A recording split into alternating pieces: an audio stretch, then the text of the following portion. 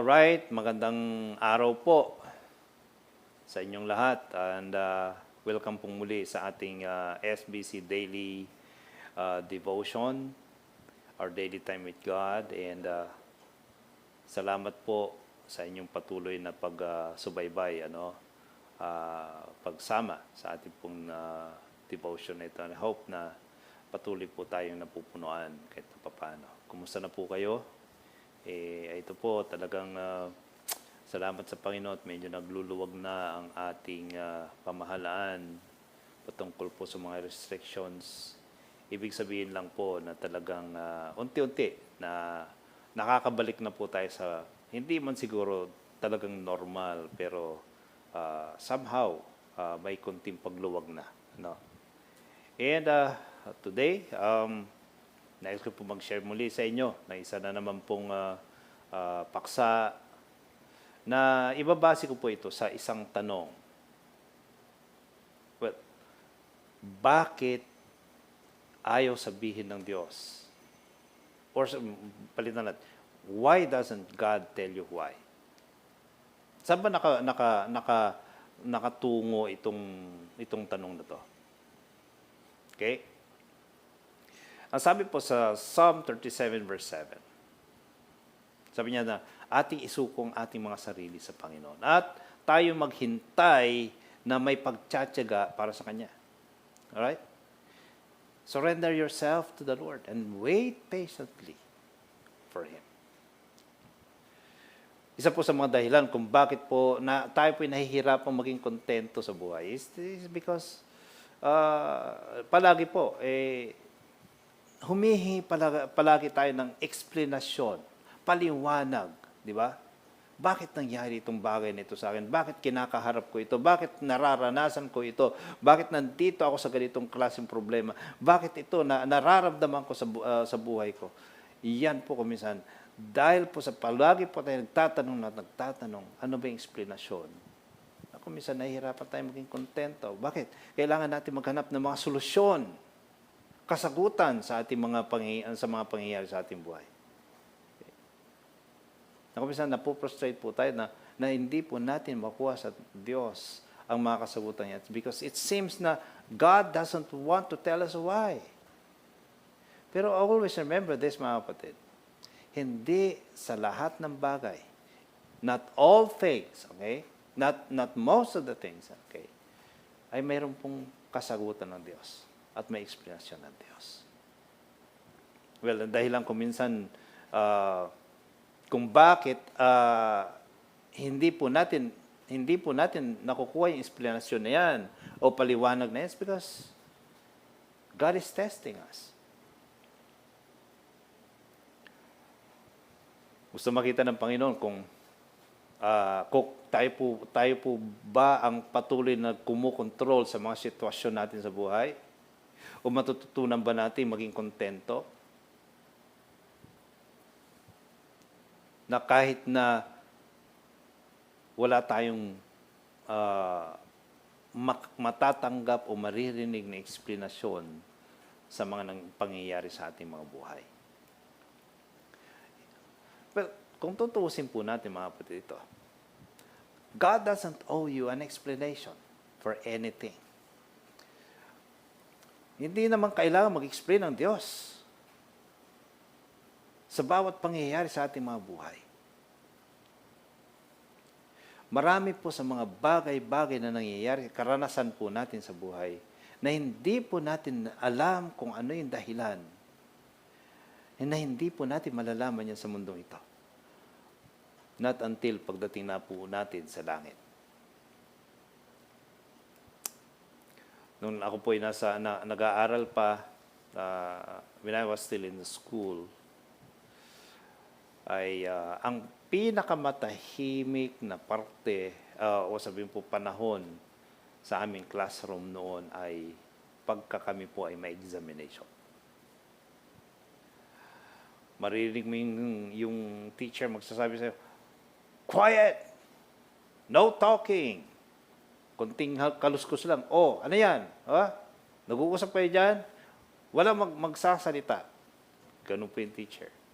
Magsulat kayo dyan. Gawin nyo yung test nyo. Pati yung teacher, talagang tumatahimik din. Well, sometimes, nararamdaman po natin sa buhay po natin na ang Diyos ay napakatahimik, di ba? Pero when God is silent in your life, na parang hindi natin siya naririnig pagdating sa mga pagsubok natin, sa mga pinagdaraanan natin, na parang napakalayo ng Diyos. Parang ilang milyon ng milya ang layo ng Diyos sa atin. Always remember that God is giving you a test. That is a test. Minsan, kadalasan nga, pagka mga test natin sa mga schools, napakatahimik ng teacher, parang iniisip natin, parang wala si ma'am, wala si sir. Ano? Pagka nagtitest po tayo, parang napakatahimik ng teacher. Pero sa kabila na napakatahimik ni teacher, hindi nakangahulugan na wala po siya roon sa classroom. Nandun pa rin kasama natin si teacher. Di ba? Bilang mga estudyante, no? Naranasan natin yan. Ganon din ang Panginoon. Kung tayo po'y sinusubukan ng Diyos, our faith is being tested. Mga pangyayari dumarating sa atin, mga pagsubok, mga dagok sa ating mga buhay dumarating sa ating buhay. When sometimes nafe-feel natin, God is so silent in our lives. Always remember na hindi dahil sa ang Diyos ay parang napakatahimik, ay hindi po siya kumikilos. God is still with us. Kasama pa rin natin. Nandyan pa rin ang Diyos. Kasama po natin, mga kapatid. Then, have you remembered yung pangako ng Panginoon? Kaya sinabi po nagsulat po ng Hebrews 13:5 na sabi niya, I will never leave you, nor forsake you. Pangako yan ng Panginoon. Ibig sabihin, tayo sinusubukan ng Diyos. That in that test, titinan ng Panginoon. Pagpapatuloy mo bang panghawakan yung mga bagay na yan, yung sitwasyon ng kaya ka nagkakaproblema kung minsan dahil pinanghahawakan mo yung mga sitwasyon na yan. No? Or tinitinan ng Diyos. Bibitawan mo ba yan? Maging kontento ka ba? O lalo mong panghahawakan yung mga pangyayaring yan. Sabi po ng Biblia, ano dapat natin gawin pagdating po sa mga bagay-bagay sa buhay po natin, pangyayari? Ano sabi niya sa Psalm 37, verse 7? Surrender. Isang bagay na kailangan po natin gawin is to surrender. Ipagkatiwala, ipahawak mo, okay? Hayaan mo ng Diyos ang kumontrol, no? Surrender. Hindi lang po yung mga sitwasyon. Ano po sabi niya? Yourself. Yung ating mga sarili, ibigay natin, pagkatiwala natin sa Diyos. Ang sabi niya, and wait patiently. Wait patiently. Okay na yung pagtitiwala, ay pag-surrender Pinagkatiwala mo sa Panginoon. Kung minsan yung wait patiently, mas napakahirap gawin. Pero the more na natututunan po natin yan, the more din po nakikita natin yung katagumpayan sa gitna man po ng ating mga pinagdaraanan. Kaya, pag tayo po'y haharap sa mga pangyayari sa ating mga buhay, sakit man yan ng kalooban, sakit ng puso, o sakit na physical or anything, itong haharaping linggo man, o buwan man, o taon man, the thing here is this. We don't really need God's explanation. Alam po niyo yung kailangan po natin. Patuloy na kailangan natin sa buhay po natin yung presensya ng Diyos. We need God's presence. And He has promised us that, di ba? Sa pangako po ng Panginoon na yan, pwede po natin panghawakan.